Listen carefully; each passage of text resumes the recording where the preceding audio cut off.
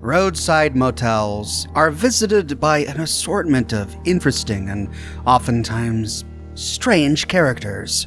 They don't stay long. They have different reasons for being there, and they all have different stories.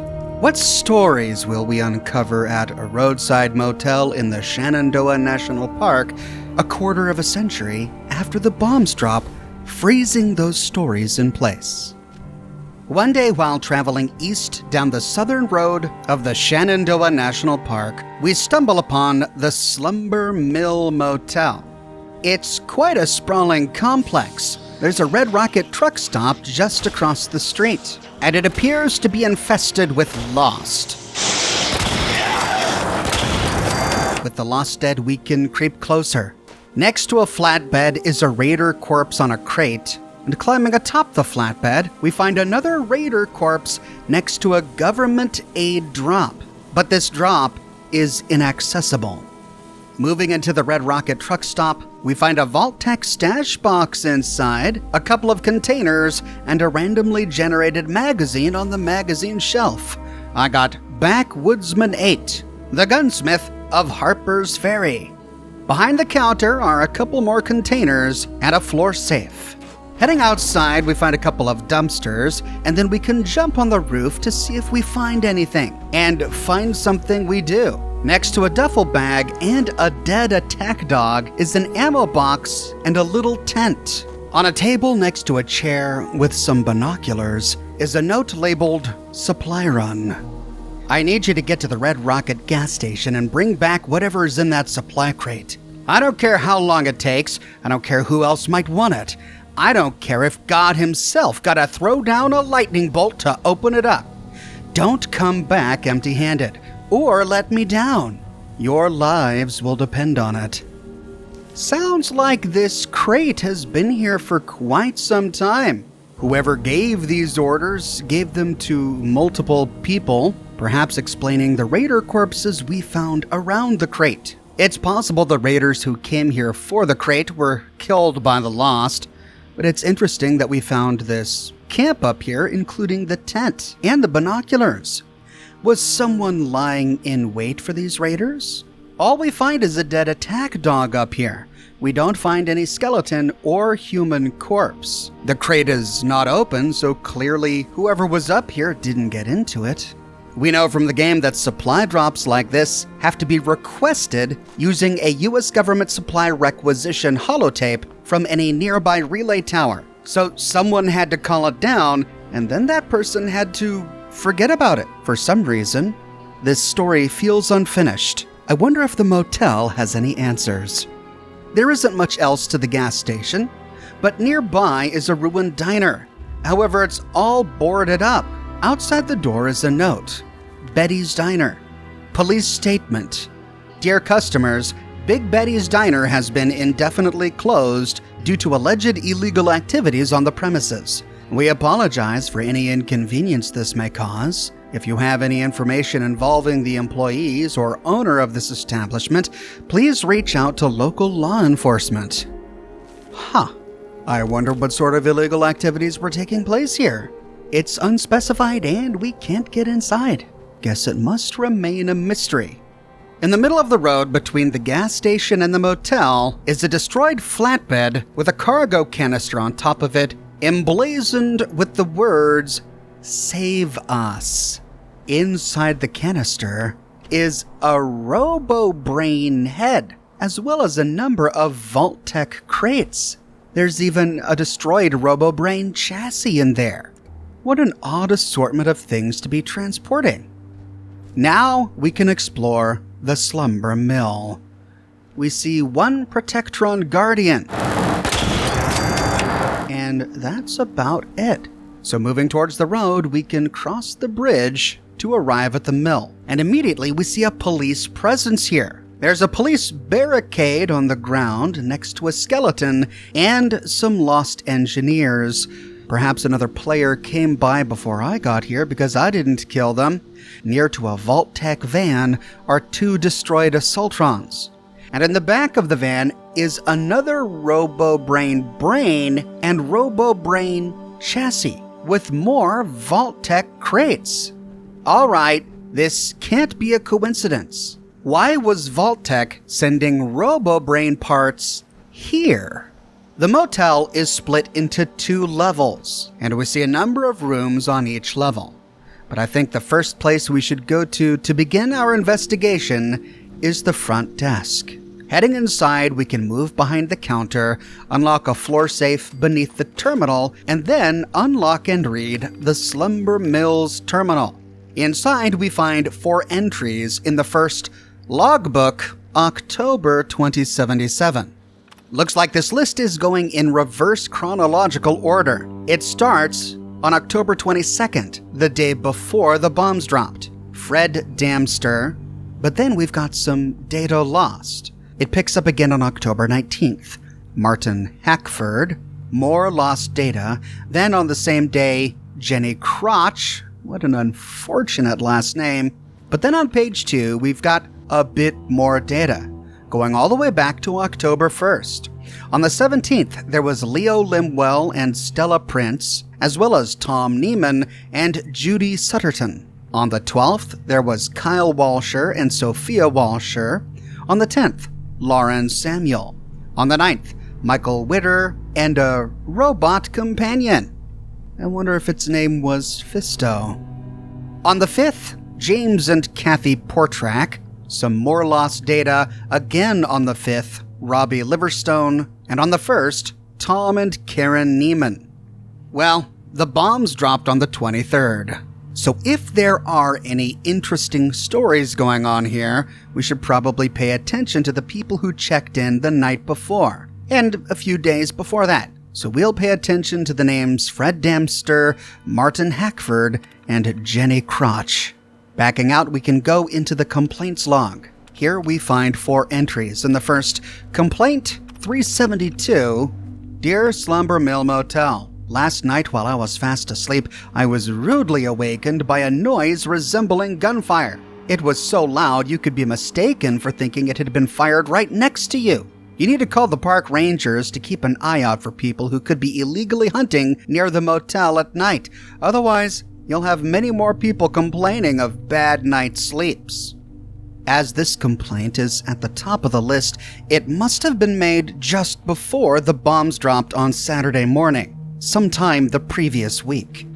Did he really hear hunters in the woods, or could it have been a gunshot coming from inside the motel? The next entry is lost, and there's another one at the end, but the third entry is Complaint 369. Dear Slumber Mill Motel, I'm looking for compensation from the company due to an incident that occurred whilst staying at your motel. A wild bird entered our room via a poorly fitted ventilation shaft and made a nest in my wig collection. Due to the bird's protective status in the park, I was informed by the park ranger that I'm unable to move it under the threat of a fine. These wigs cost me a fortune, and I expect to be compensated for them. Okay, gotta say, I'd be upset too. Backing out of complaints log, we can move down to company news. Dear employees, I'm writing today regarding some fantastic news. The Slumber Mill has been sold to an anonymous buyer. As of February 25th, 2075, all employee contracts are terminated and will be replaced by the new owner's robot staff. In more positive news, the new owners have made a generous redundancy package which includes $75 worth of chips to spend at the motel casino, 2 free drinks at the Slumber Mill Motel bar, 1 free night at the Slumber Mill Motel. February's full pay. I would like to personally thank all the staff for their hard work, and I wish you all the best in your future endeavors. Signed, Slumber Mill Motel ex-owner, Kenneth Jacks. Wow. Very generous, Kenneth. A redundancy package that practically cost him nothing. Of course they were going to get February's full pay. There wasn't much left in February before he sold it. But he sold the motel back in 2075. That was 2 years before the bombs dropped. Perhaps that can explain why we found a robot walking the grounds. All the humans had been replaced by robot staff. So those complaints we read literally fell on deaf ears. Backing out of company news, we can go into the incident log. We find 4 options in the first, deceased guest. Title, deceased guest in motel room. During a routine morning room inspection, cleaners made a grim discovery of a guest found deceased in a chair with a large blood splatter on the wall. Immediate action was taken by the staff, who called the police. The guest, who participated in the casino's poker tournament, was last seen heading back to their room around 9 p.m. after being eliminated from the competition. While initial speculation from staff and cleaners leans towards the possibility of suicide due to losing the tournament and his money, the police are exploring alternative scenarios. The investigation is ongoing, and the room is expected to be occupied by law enforcement for a minimum of 3 days. We are fully cooperating with the police, providing necessary staff details to aid in the investigation process. We have scheduled a carpet cleaning for next week. Okay. I thought they sold the hotel to an anonymous buyer and replaced the staff with robots back in 2075, 2 years before the bombs dropped. If that's true, why do we find this note that repeatedly talks about staff and cleaners finding a grim discovery? Robots wouldn't find it grim if they were robots. Staff wouldn't speculate about the cause of death if they were robots. And the incident report doesn't read like it was written by a robot. It reads like it was written by a human. I suppose the event could have happened 2 years ago in 2075 before the motel was sold, but if that's the case, we wouldn't find any evidence on the premises of this event or any other incidents reported in the terminal. Surely they would have been cleaned up by the robots over subsequent years. But we saw that police barricade just outside, as if something had happened here recently, just before the bombs dropped. Let's keep reading before we jump to any conclusions. And the next one, voices under the ground floor. Error. We can't read it. Oh, all right. In number 3, the case of the mannequin. Title, bizarre checkout discovery. A female hotel guest checked in on Friday and departed on Sunday afternoon, spending the entirety of her 2-day stay confined to her room, only briefly leaving to fetch ice. Upon her checkout, the cleaning staff entered the room as scheduled and encountered an array of peculiar items left behind. A fully dressed mannequin, decked out in ski gear, was discovered lying in bed beneath a blanket. A note accompanied the scene stating, "Wrap up warm. Looks like ice tonight." A photograph was found featuring the mannequin in the shower, taken from an unusual angle through the door frame. In response to all of this, the cleaning team was instructed to conduct a deep clean of the room, disposing of the remaining items around back. The nature of the discoveries left all of us curious as to what might have happened here, but a collective decision was made not to delve into the mysteries surrounding the guests' choices due to fear of what we might find. Well, an interesting story for sure. Lots of details, a mannequin in ski gear under a blanket, a photograph of said mannequin in the shower taken in a voyeuristic pose. Is this all a reference to some film I've never seen? Because it's all very specific. But again, this entry raises concerns about what we learned about all of the staff being fired and being replaced by robots back in 2075. This entry was clearly written by a person. The writer claims that all of the staff was curious. The staff then, as a collective, decided not to delve into this mystery too deeply for fear of what they might find. Robots aren't curious. Robots don't make collective decisions. They follow orders. Robots don't have fear. Robots don't write entries like this. In the next one, strip poker incident. Title, strip poker, short summary. A guest tried to start an impromptu strip poker game at the casino. One of the guests had been day drinking from 9 a.m. in the bar before making their way over to the casino at 6 p.m. They then proceeded to drink for another hour until 7 p.m. while playing poker. The guest, drunk and bored, decided to spice things up. These were his own words, by starting an impromptu strip poker game which no one else agreed to. He then proceeded to go all in at the start of the round with the cards 2 of clubs and Jack of spades to purposefully lose. He then exclaimed, "All in must mean all off," as he tried to undress himself in the middle of the casino. Luckily, he had got stuck with his shirt over his head before being tackled by security. Police were soon called, and the guest was arrested. Well, I have to say there's nothing quite worse than a game of strip poker with only one participant. Well, lots of stories going on here. The one that jumps out at me is the mannequin. The terminal told us that they dumped the mannequin out back behind the hotel, and that's what I wanted to find. So, opening the back door, we can head out there. Oh no! A Mirelurk King? Oh god, I hate these things. Leaping atop the roof, we can try to take it out. But it heads into the motel and disappears.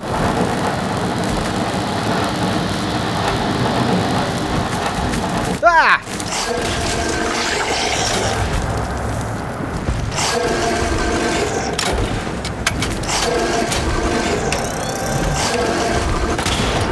Well, this was a fun game of peekaboo for a while, but patience paid off.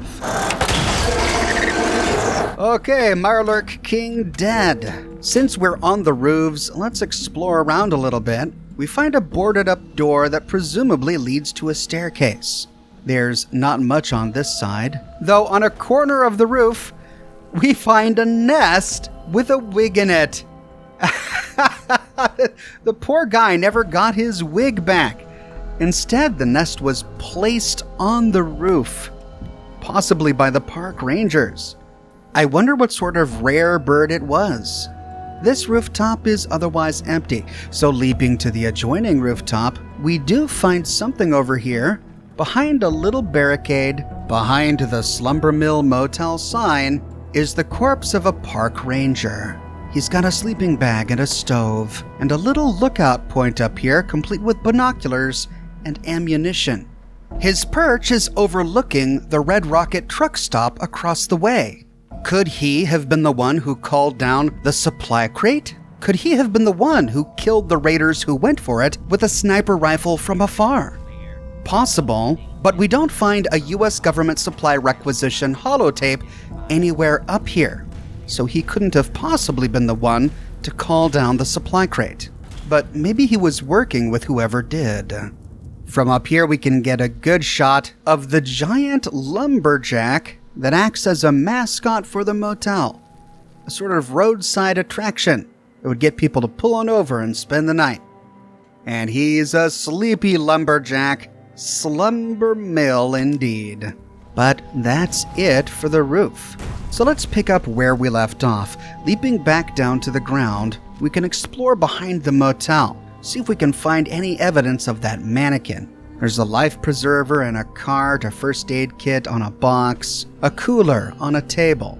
And in the filthy pool we see... Is that a miniature inner tube floating next to all the big ones? It's a tiny doll in an inner tube, still floating here after all of these years. Oh, and there's another doll in this slide. Ugh. I don't know what's worse, creepy mannequins or creepy dolls. Some child must have brought these to play in the pool and left them here. Well, still no sign of this mannequin. We find a path that leads off to a nature trail, but that's not the way we want to go. A ruined Nuka-Cola machine, a medical supplies vending machine on the side, and that's it for this section. Well, there's only one section left. Moving to the opposite side of the motel, we find a gated off area. It's the dumpsters, and look at that. Oh my god. A mannequin with skis. They did dump it in the dumpster and decided not to ask any questions. But, of course, this presents us with a problem. Robots clearly didn't write that entry in the terminal, and now we know this couldn't have happened in 2075, as surely the garbage for this motel would have been picked up in the 2 years before the bombs dropped. So the events we read about on the terminal did happen just before the bombs dropped. Well, with the front desk area explored, the pool in the back of the motel explored, all that's left is to explore the rooms. We'll start on the ground floor, and we'll start to the left, going clockwise. Door 1 is blocked up with a cart and a Vault-Tec crate. Another Vault-Tec crate. We can't get in. Door 2 is boarded up, and that's it for this side. Passing through the front desk, we arrive outside a bar, it looks like. Live music at the Honky Tonk. Tonight's guest, Nash Hope. So this must be the hotel bar where that one guy was day drinking and then went on to play strip poker. Heading inside, we see a couple of skeletons lying around, one still sitting at a table holding a bottle of vodka. There's a small stage nearby with a guitar and a lantern. On the ground is a note. Nash Hope's set list. Slumber Mill's Honky Tonky. Nash Hope's set list. 1. Hope Train. 2. Appalachian Rifles. 3. Chems Be Killin'. 4. Shenandoah Flower. 5. Southern Values. 6. Grafter from Grafton. 7. Pitmen of the Past. 8. Robots Replacing Workers. Wow, what a poetic name for a song. I wonder what that song could possibly be about. And 9. Holla at the Blue Collar. Good set list, Nash Hope. Said I missed it. The other skeleton was sitting on a stool by the bar. Heading behind the bar. Whoa, what is this? We've got a secret cellar. This is a concealed staircase disguised as a floor, but somebody left it open. Heading downstairs, we find a bunch of robot parts. Lots and lots of ruined robot parts. Wreckages behind a table, another wreckage on a pushcart, and then what appears to be oil splotches on the ground, leading towards this bookshelf. There's a hole in the wall. Whoa, wait a minute, what was that? Oh, we can activate the bookcase? It's a secret door! And there's a camera in the corner. Oh, I wonder who's watching. But wait, if this is a secret door, what's over here? Oh, this break in the wall reveals the passageway behind the bookshelf. Moving to the bookshelf, we take some stairs down to find a vault door. Opening the door, we arrive in a large concrete room. There's another vault door to the right, and peering through the window, we see a robo-brain on a robot workbench. Oh, they were robo-brains. The robotic staff were robo-brains. Robot bodies with human brains. That explains all of the robo-brain parts we found in the shipping canisters in the road outside and just in front of the hotel, and that would explain why the staff terminal entries read like they were written by people, why the staff talked about human-like emotions. The staff was comprised of robo-brains. But why? The door, however, is blocked. We can't open it. Oh, wait a minute. We know that robo-brain. That's Biv. Biv is a unique drink-testing robot whom we find in the Nukashine Speakeasy beneath Big Al's tattoo parlor. He's a unique one-of-a-kind robot, and this one looks exactly like Biv. He's wearing a tuxedo like Biv. He's even plastered with Nukashine labels like Biv, which should be impossible. The reason Biv is plastered with Nukashine labels is because he drank Nukashine, a beverage invented by a Vault-Tec University student for his fraternity. There's an entire DLC and story surrounding Biv. We know where Biv came from. He didn't come from here, and it's impossible for Nukashine stickers to even be here. This is a continuity error.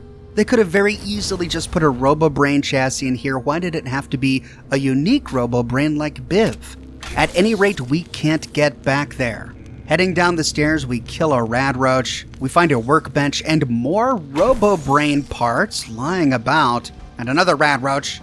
In the middle of this room is a freight elevator. It's all lit up, but it's out of order. We can't go down.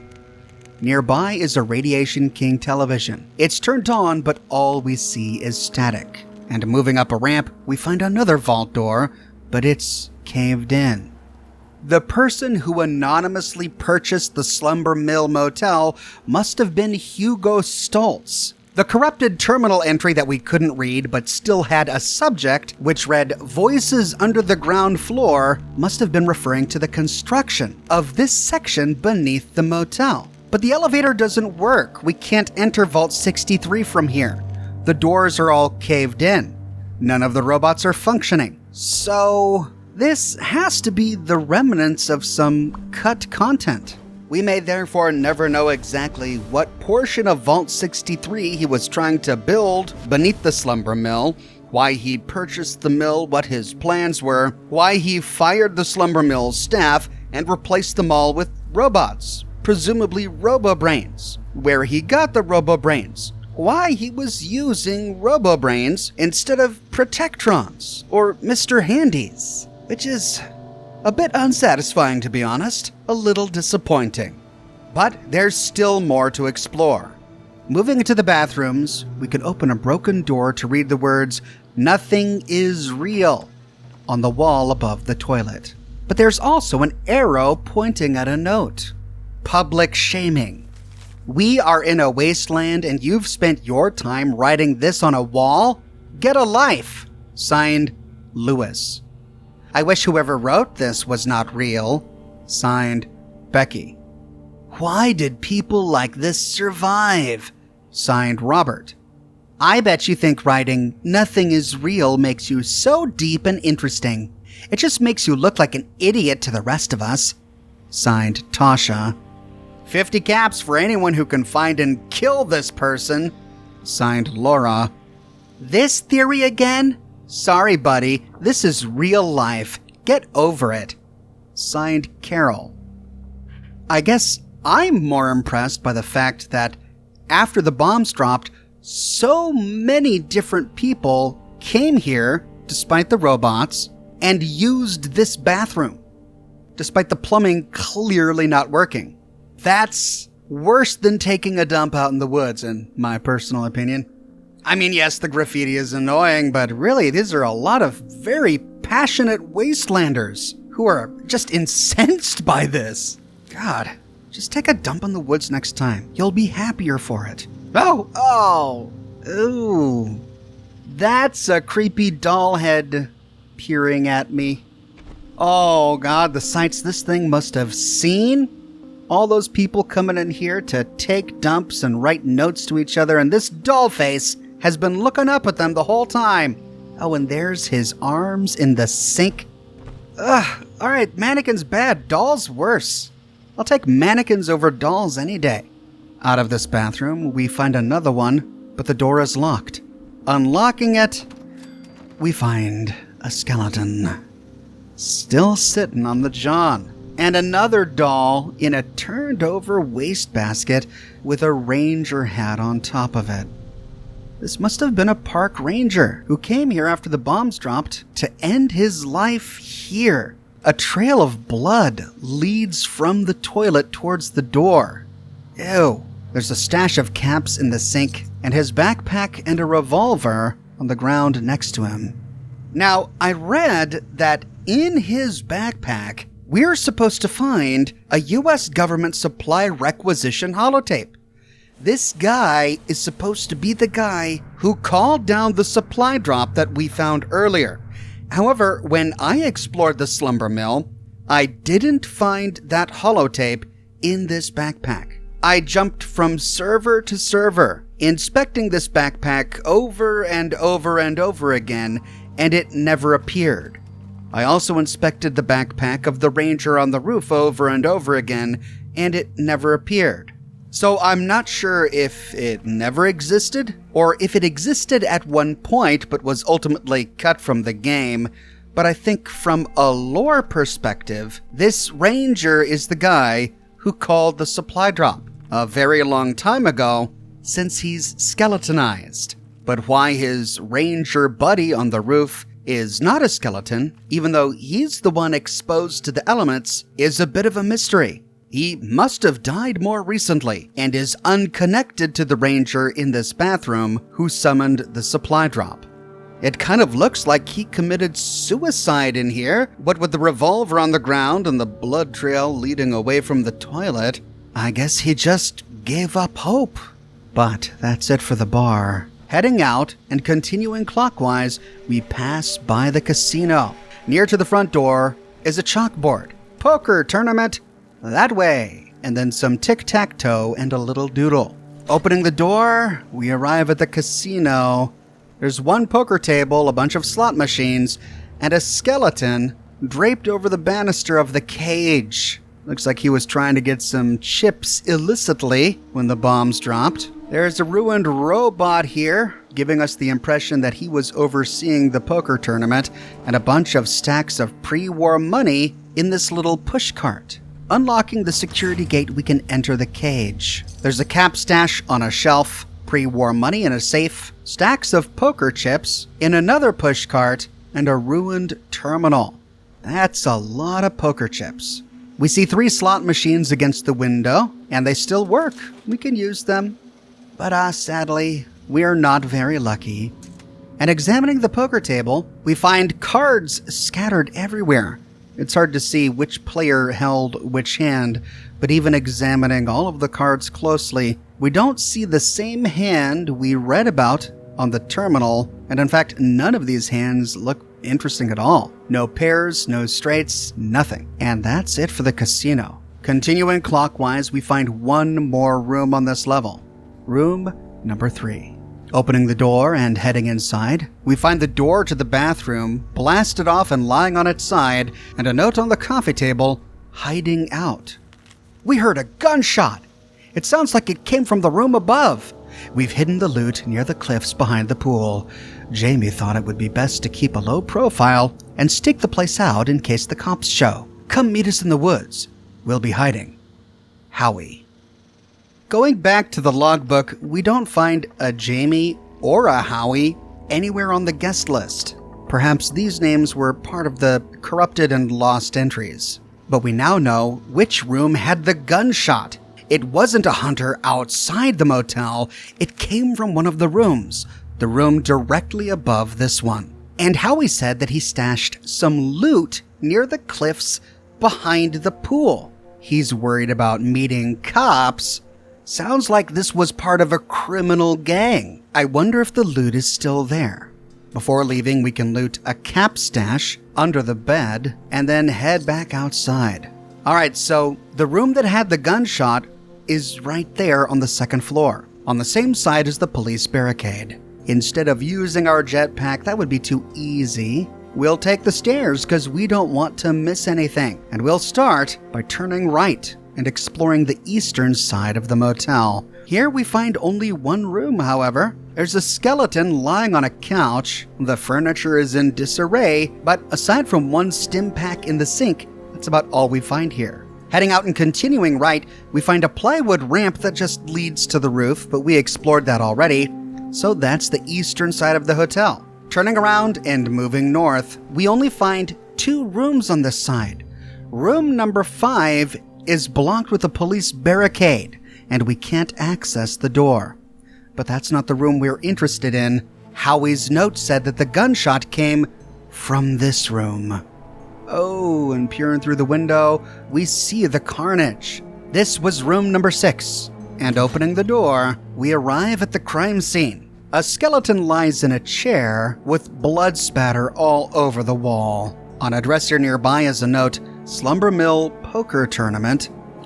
Slumber Mill Motel Casino, No Limit Poker Tournament, October 20th, 2077 at 2 p.m. $75,000 buy-in. All participants must be 21 and older. Customers who become bankrupt are liable for their own situation. Customers must wear pants while on the casino premises. More terms and conditions can be found at the casino.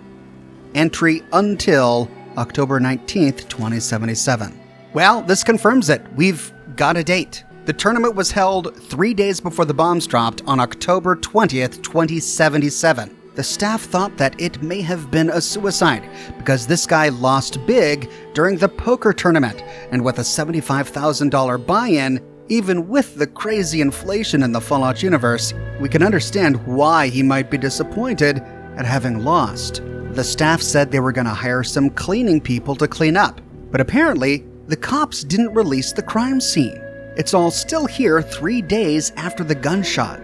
What made them think this wasn't a suicide? We see a camera standing directly in front of the skeleton. Creeping closer to examine it, we find a rope.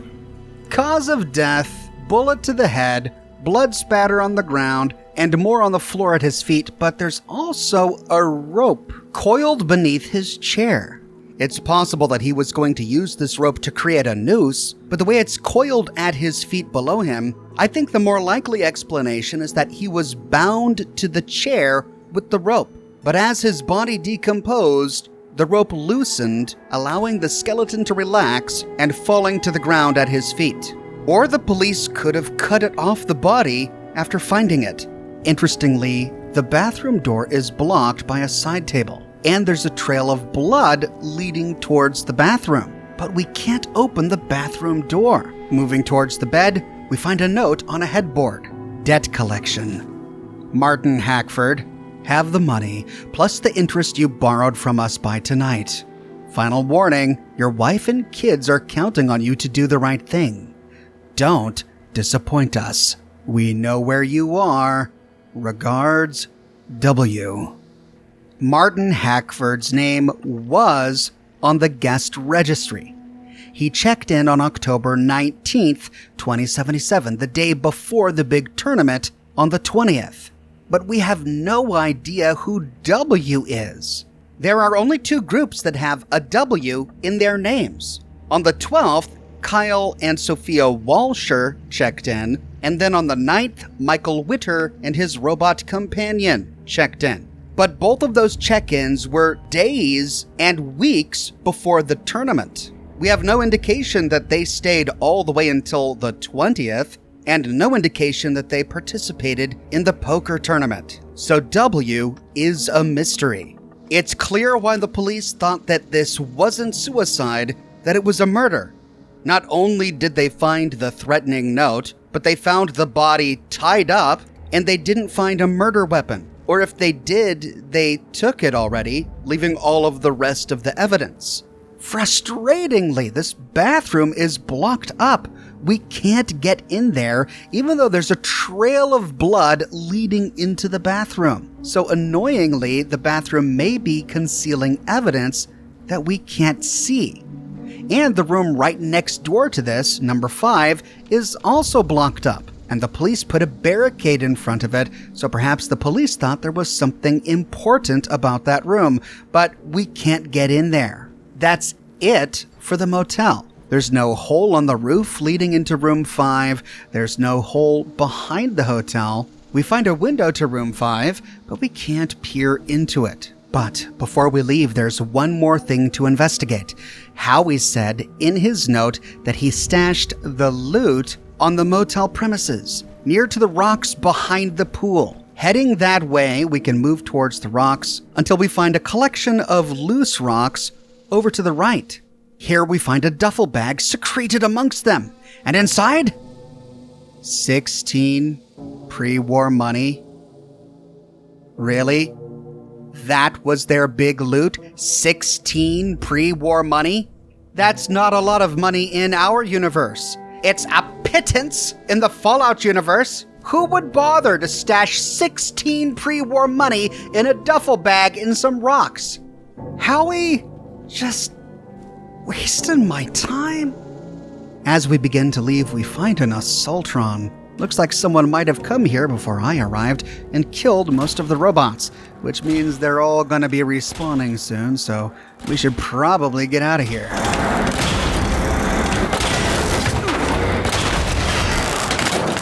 I was following the river east away from the motel when the entire place respawned. Robots and Lost all plopped down right on top of me and chased me down the river. I managed to kill all the Lost, but then the Assaultron found me. It turned on stealth and then started to follow me. It was here that I noticed a baby stroller next to a rock. There was a bumble bear on the ground next to the stroller, a cap stash next to it, and inside the stroller, a baby rattle and a note. God, Assaultron! Gah. But then it lost the scent. Alright, we're just gonna ignore it for now. Heading back to the baby stroller, we can read the note. Mother's last note. I don't have long. They are after me and my son. If you find this, please look after him. Take the caps as payment. I'm going to run along the river and distract them. This must have been a wastelander mother. Someone from before the war wouldn't have bribed anyone by using caps. But why was somebody after the war pushing a stroller by a riverbank? Who was after her? Was it W? Could this have been Martin's wife and child?